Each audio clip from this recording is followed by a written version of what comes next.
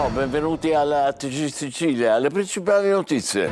Rivolta di massa nel carcere di Cavadonna nel Siracusano. I detenuti hanno innalzato barricate e fronteggiato la polizia penitenziaria con gli idranti, trasformando in fiume un'intera sezione. La sommossa ripresa da un recluso che aveva il telefonino in cella, tanto per cambiare.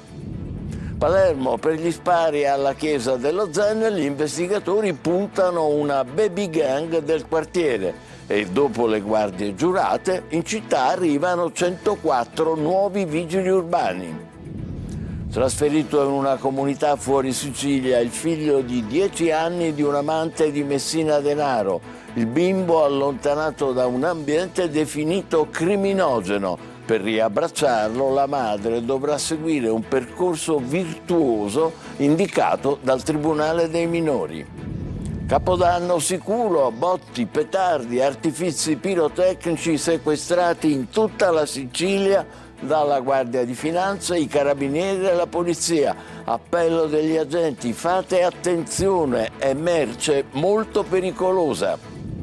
Catania cambia volto, l'ex Palazzo delle Poste ospiterà la nuova cittadella della giustizia. L'ex educandato di Via Cifali diventerà sede del Tribunale dei minori. Il Castello Ursino, già museo civico, costituirà un vero e proprio polo culturale.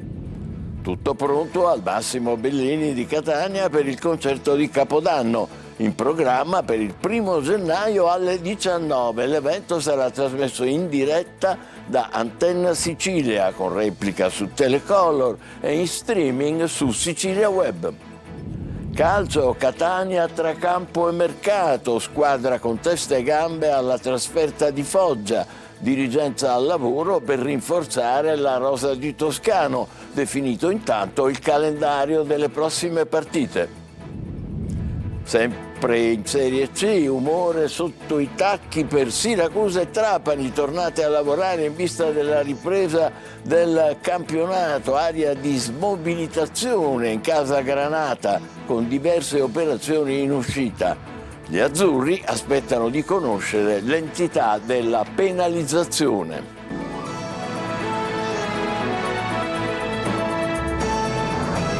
Bentrovati, dunque detenuti in rivolta nel carcere di Cavadonna nel Siracusano. A documentare quegli attimi di violenza, paradossalmente, il cellulare di uno di loro, Francesco Aloi. Sembra la scena di un film, ma è tutto vero. La rivolta al terzo piano del blocco 10, nel carcere Cavadonna a Siracusa.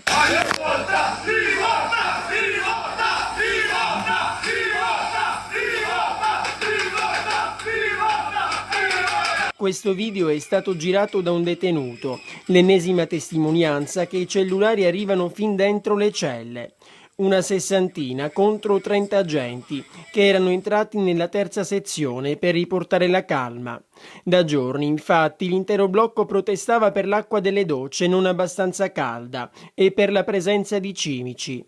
I detenuti hanno innalzato delle barricate, poi hanno impugnato gli idranti rivolgendoli verso gli agenti, con il risultato che l'intera sezione è stata allagata. La direzione ha dovuto richiamare 120 agenti per inviarli nei vari blocchi e far rientrare i detenuti. Il problema è scoppiato al terzo piano. Alcuni detenuti facinorosi hanno iniziato a protestare spingendo gli agenti che erano entrati in sezione, quindi spingendoli fuori dalla sezione. Così sono servite diverse ore per mettere fine alla rivolta. Nel frattempo un agente è rimasto ferito, anche se lievemente. Per non lasciare prove, alcuni detenuti hanno distrutto le telecamere di videosorveglianza, senza pensare però che qualche compagno stava registrando tutto questo con il suo cellulare. I detenuti rischiano da 1 a 5 anni, coloro i quali hanno iniziato la rivolta. E se questo ci mettiamo anche le aggravanti, che sono distruzione di immobili dell'amministrazione, minaccia a pubblico ufficiale, quindi il reato diventa molto più complesso. Palermo, gli spari alla chiesa dello Zen, opera di una giovane gang del quartiere. Il prete della parrocchia dice che il rischio cresce se certi fatti diventano normali. Intanto in città, dopo le guardie giurate, arrivano 104 nuovi vigili urbani. Marco Gullà. Ci potrebbe essere una giovane gang dietro agli spari alla parrocchia dello Zen. Sono tutti giovanissimi, gestiscono la piazza di spaccio del quartiere e non hanno limiti. Girano armati, senza rispetto, nemmeno per le istituzioni religiose. Realizzano brevi video che poi pubblicano su TikTok, principalmente accompagnati da musiche neomelodiche o da frasi che inneggiano alla malavita e a Cosa Nostra. Per il parroco della chiesa dello Zen non si è trattata di una bravata, per lui c'è ben altro. Non è solo l'episodio in sé, ma le conseguenze, ha detto padre Giannalia. Se certi fatti diventano normali, il rischio cresce. Lo Zen è chiaramente tra le aree attenzionate, come tutte quelle aree dove si è profilato un livello di rischio, diciamo, maggiore per la presenza individuata di persone, di bande giovanili che diciamo fanno un uso di armi il cui controllo ovviamente non è né facile né immediato. Un clima di insicurezza che parte proprio dallo Zen e che poi si diffonde sul resto della città. Intanto, anche in tema di sicurezza, hanno firmato e saranno operativi da subito 104 nuovi vigili urbani in città. Arrivano da diverse parti della Sicilia e non solo. Nuovi agenti giovani per strada a dare manforte ai presidi di sicurezza nei quartieri. Qualcuno potrebbe dire tanto tonò e alla fine piove. Sì, finalmente sì, 100 vigili che finalmente arrivano a dare una mano concreta all'organico della Polizia Municipale di Palermo. Sono tutti assunti a tempo indeterminato e saranno tutti per strada. Trasferito in una comunità lontana dalla Sicilia, il figlio minorenne di una delle amanti del defunto capomafia Messina Denaro. La decisione del Tribunale dei minorenni di Palermo: la madre, se vuole riabbracciarlo, dovrà seguire un percorso definito virtuoso e indicato dai magistrati. Laura Spanò. La madre era una delle amanti di Matteo Messina Denaro, indagata per avere favorito la latitanza del boss. 5 giorni dopo la cattura si era presentata ai magistrati di Palermo dichiarando di avere scoperto solo dopo l'arresto che quell'uomo con cui aveva intrattenuto una relazione era tra i ricercati più pericolosi. Ora suo figlio, un bambino che ha meno di 10 anni, per decisione del Tribunale per i minori di Palermo non può più stare a casa, è stato allontanato da un ambiente definito criminogeno e trasferito in una comunità fuori dalla Sicilia. La madre, se consenziente, potrà seguirlo. Anche il padre ha avuto dei guai giudiziari. La decisione è stata adottata dal giudice Nicolaiello, che ha accolto la richiesta della Procura per i minorenni in applicazione del protocollo Liberi di Scegliere, che offre un percorso di riscatto ai minori e ai famiglie legate alla criminalità. Psicologi e assistenti sociali seguiranno il percorso di educazione alla legalità del bambino, lontano da un esempio tutt'altro che virtuoso. Una scelta difficile e dolorosa, ma per ora non definitiva. Se i genitori sceglieranno di dissociarsi dalle logiche mafiose, potranno riabbracciare il figlio. Ad aprile poi un tribunale valuterà se togliere la responsabilità genitoriale. Torniamo a Palermo, tragiche vicende di sangue che periodicamente riaffiorano. Avrebbe depistato le indagini sull'omicidio nel 1980 del presidente della regione Piersanti Mattarella e continuerebbe a farlo anche oggi. Per questo motivo resta ai domiciliari l'ex prefetto Filippo Piritore, servizio di Manlio Viola. L'indagato ha dimostrato una chiara e pervicace attitudine ad alterare il processo di formazione della prova. Lo scrivono i giudici del riesame nelle motivazioni con le quali hanno deciso di confermare gli arresti domiciliari combinati lo scorso 24 ottobre all'ex prefetto Filippo Piritore, 75 anni. L'alto funzionario dello Stato è accusato di depistaggio nell'ambito della nuova inchiesta sull'omicidio del presidente della regione siciliana Piersanti Mattarella, assassinato il 6 gennaio 1980 in via Libertà a Palermo. Secondo le nuove accuse mosse dalla procura, Piritore avrebbe fatto sparire l'unico elemento di indagine dal quale si potevano ricavare prove per risalire agli assassini. Si tratta di un guanto di una mano destra in pelle di colore scuro marrone trovato davanti al sedile della Fiat 127 utilizzata per l'agguato di via Libertà dai 2 killer di Mattarella e poi abbandonata in via Maggiore De Cristoforis. Nonostante l'età e la pensione, per i giudici l'ex prefetto può ancora reiterare il reato, cosa che ha fatto anche durante questa indagine quando è stato stato ascoltato nel 2024 dagli inquirenti.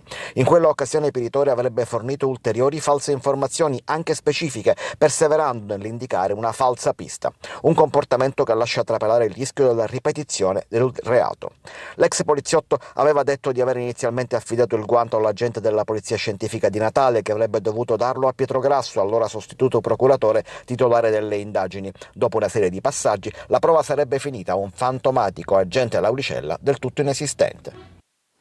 La Procura di Trapani ha chiesto il rinvio a giudizio dell'ex senatore e deputato siciliano del PD Nino Papania, di altre 11 persone, e ha citato per responsabilità amministrativa 3 centri di formazione professionale. Sono questi gli sviluppi di un'inchiesta su fondi europei destinati alla formazione che, secondo l'accusa, avrebbero in realtà finanziato con oltre 8 milioni il movimento Via, controllato da Papania e gestore di corsi fantasma.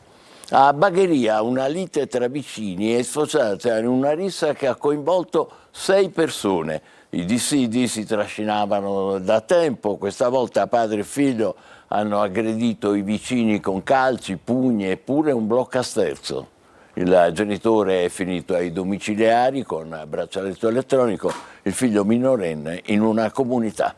Capodanno sicuro, botti, petardi, artifici pirotecnici sequestrati in tutta la Sicilia da Guardia di Finanza, Carabinieri e Polizia, scoperti anche cantinati e depositi abusivi.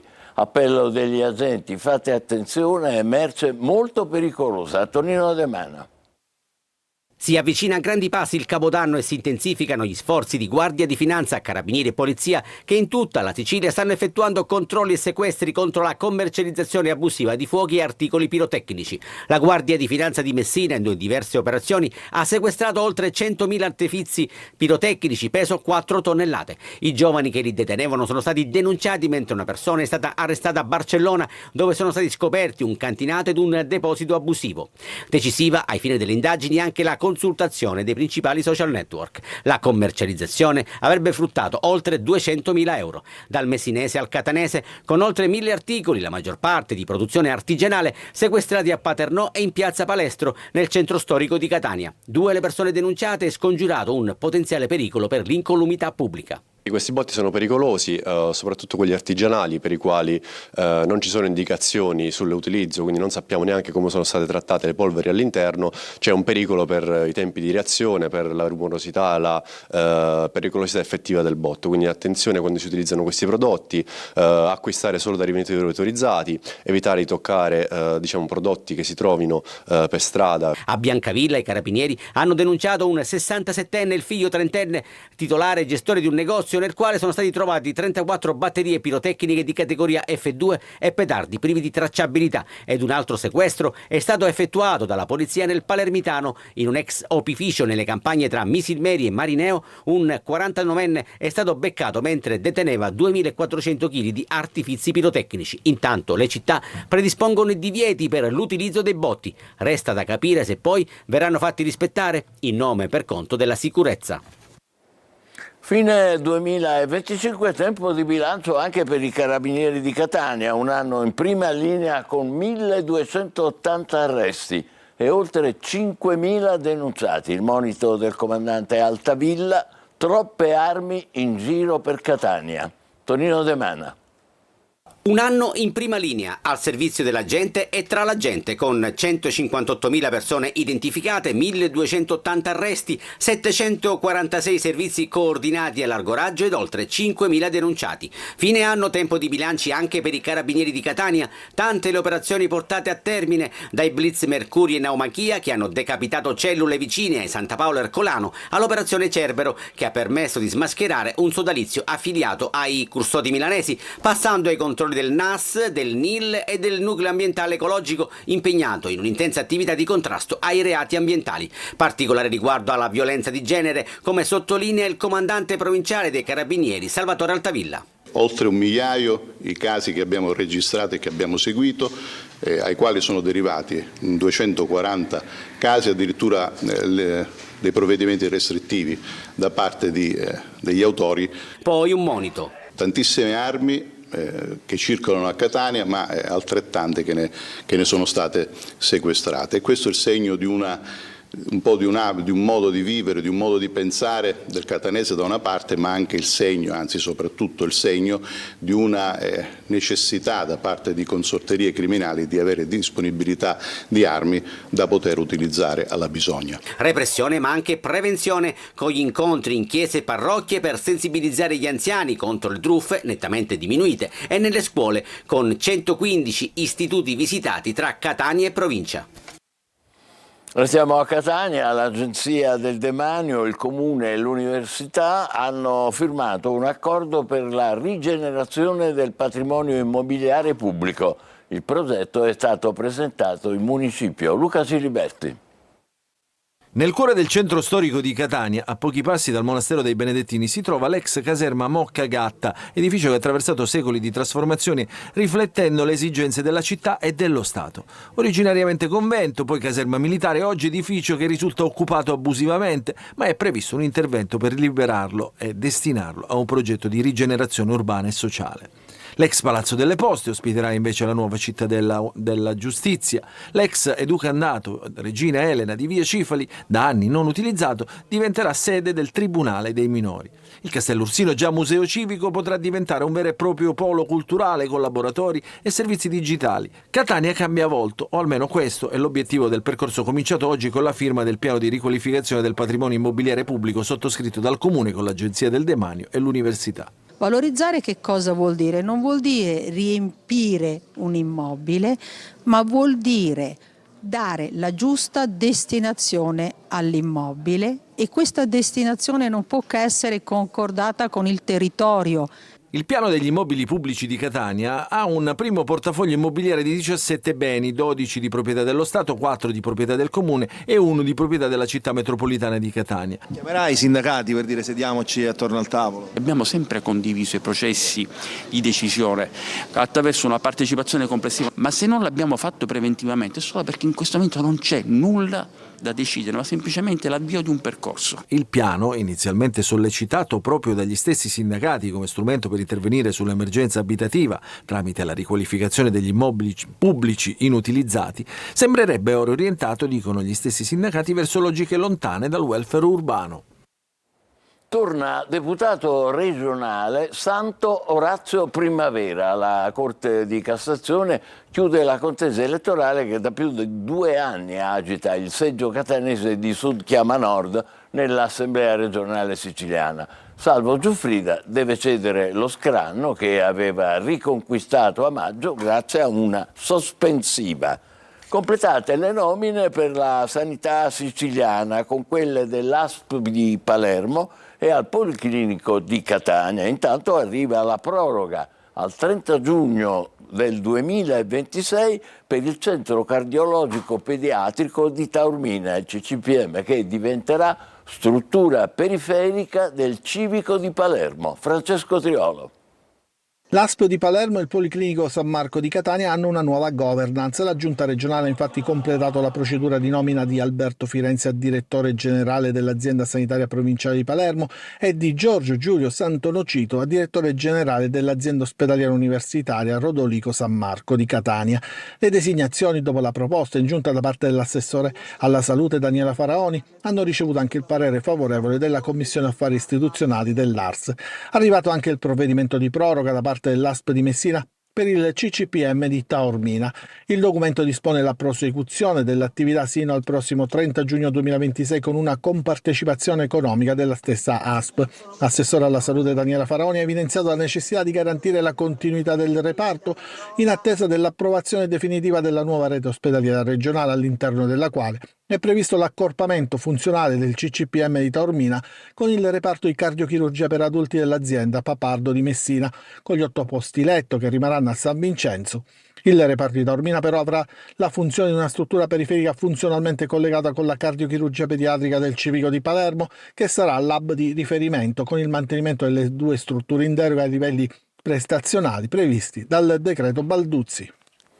Adesso la parola al Presidente della Regione Schifani, che vuole rivolgere parole di augurio ai siciliani. Ascoltiamolo. Cari siciliani, Alla fine di quest'anno voglio rivolgermi alle famiglie, ai giovani in cerca di futuro, agli anziani che hanno costruito questa terra, a chi è preoccupato per il lavoro, per le bollette, per arrivare a fine mese, a chi nonostante l'impegno vive purtroppo nell'incertezza. La Sicilia è cresciuta in questi anni, ma sappiamo che non tutti ne hanno beneficiato. È da questa consapevolezza che nascono le nostre scelte. Il lavoro resta la priorità. Nel prossimo anno potremo contare su oltre 2 miliardi di euro aggiuntivi, risorse che saranno destinate allo sviluppo, agli investimenti, ai servizi e soprattutto a nuova occupazione stabile e di qualità. E tutto questo per dare prospettiva ai giovani e sicurezza alle famiglie. Il mio augurio è che il nuovo anno porti speranza, fiducia e opportunità concrete. La Sicilia ha la forza per farcela insieme. Buon anno a tutti. Catania, tutto pronto al Teatro Massimo Bellini per il concerto di Capodanno diretto da Andrea Sanguinetti. Il concerto è in programma per il 1 gennaio alle 19 e sarà trasmesso in diretta da Antenna Sicilia con replica su Telecolor e in streaming su Sicilia Web. Orazio Longo.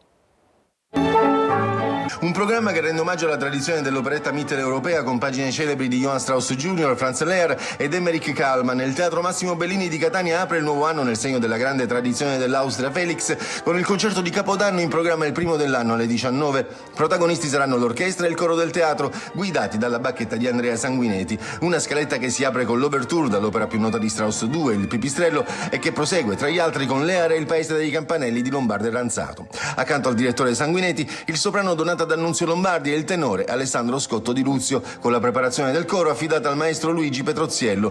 Non mancheranno i grandi valzer simbolo di un'epoca come il valzer dell'imperatore e l'intramontabile sul bel Danubio blu, brano simbolo della tradizione viennese, accanto alla polca sotto tuoni e fulmini. Un concerto pensato come augurio collettivo e come celebrazione dei valori condivisi della cultura e del vivere civile, ha commentato il sovrintendente del Teatro Massimo Bellini Giovanni Cultrera di Montesano. Anche quest'anno, nel solco della tradizione, il concerto sarà trasmesso in diretta il 1 gennaio a partire dalle 18:30 su Antenna Sicilia e in replica su Telecolor il 3 gennaio alle 20 con la conduzione di Roberta Lunghi che passo dopo passo racconterà i brani e gli autori, affiancata da Eva Spampinato che catturerà la curiosità e il dietro le quinte del concerto. Diretta streaming su Sicilia Web, uno sforzo importante per la nostra struttura che vedrà sul campo l'intero reparto tecnico e la redazione per portare letteralmente i telespettatori a teatro in un impegno di produzione che è solo il primo di una lunga serie del nuovo anno. Appuntamento quindi alle 18:30 su questa rete. Adesso è il momento della nostra pausa, tra poco il calcio con il Catania che si prepara alla trasferta di Foggia. State con noi, vi aspetto.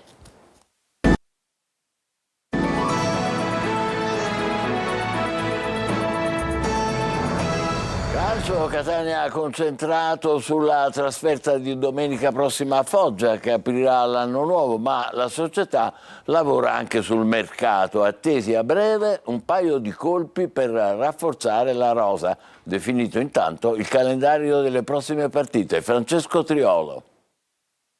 Tra mercato e campionato, il Catania vive così gli ultimi giorni del 2025. La squadra ha ripreso gli allenamenti archiviando di fatto la sosta natalizia e concentrandosi sulla ripresa del campionato con la trasferta di domenica prossima alle 12:30 a Foggia, che Telecolor trasmetterà in diretta esclusiva in chiaro. Toscano deve necessariamente lavorare a una soluzione diversa rispetto a quanto visto nell'ultima partita. Per la sfida dello Zaccaria infatti il tecnico ha perso Lunetta, squalificato per una giornata, ma ritrova Di Gennaro che il turno di stop lo ha scontato e dovrebbe tornare tra i titolari con il ballottaggio tra Allegretti e Pieraccini per la maglia di braccetto di destra del reparto arretrato. Buoni segnali arrivano da Gherardi in fase di recupero dall'intervento per l'ernia discale, ma non ci sarà per il match di domenica. In tutto questo sono attesi i primi colpi di mercato. Il nome più quotato per aprire la sessione di gennaio è sempre quello di Giovanni Bruzzaniti, per il quale il Catania sta definendo con il Pineto gli ultimi aspetti necessari per perfezionare l'operazione. Attenzione alta sulla difesa con Mirko Miceli, 34 anni, attualmente in forza al Monopoli, che rappresenta un obiettivo concreto per i rossazzurri. Smentita intanto la possibile partenza di Rolfini, al quale si era interessato il Lecco. La punta dovrebbe rimanere in rossazzurro anche nella seconda parte della stagione. E la Lega Pro ha ufficializzato anche il programma delle prossime gare dalla quinta alla 12ª giornata, Ben 4 sfide serali per il Catania, il doppio turno casalingo di venerdì 6 febbraio con il Trapani e martedì 10 febbraio con l'Audace Cerignola, il big match di Benevento giovedì 5 marzo e la sfida interna con la Casertana il 9 marzo. L'altra partita di cartello, quella in trasferta con la Salernitana, si giocherà domenica 1 marzo alle 14:30, il derby di Siracusa invece in programma sabato 14 febbraio alle 17:30. E la volta di Siracusa e Trapani. Franco Cammarasana. Ripresa della preparazione ieri per Siracusa e Trapani, impegnate domenica tra le mura amiche, il Siracusa con la Salernitana, il Trapani col Casarano. Vigilia anche di calciomercato con le due società già all'opera per adeguare i propri organici, soprattutto il Trapani che ha cambiato la direzione sportiva della società esonerando Andrea Mussi, sostituendolo con Luigi Volume, il quale, oltre alla gestione sportiva, si occuperà di programmazione e strategie tecniche. Diverse già le trattative avviate, soprattutto in uscita, dovendo la società alleggerire il monte emolumenti. Grandolfo, Fischnaller, Ciotti, Vasquez, Negro e Canotto i giocatori per i quali sarebbero già pervenute delle richieste. Nel Siracusa il presidente Ricci ha chiesto intanto di passentare ancora qualche giorno per il pagamento del saldo degli emolumenti al 31 ottobre che dovevano essere corrisposti alla ripresa degli allenamenti. Nei prossimi giorni, probabilmente l'8 gennaio, si conosceranno anche i punti di penalizzazione per il mancato rispetto dei versamenti di INPS e IRPEF in scadenza il 16 dicembre. Sul fronte mercato richieste per Valente, Ba e Alma. Ci fermiamo qui, grazie e buon pomeriggio.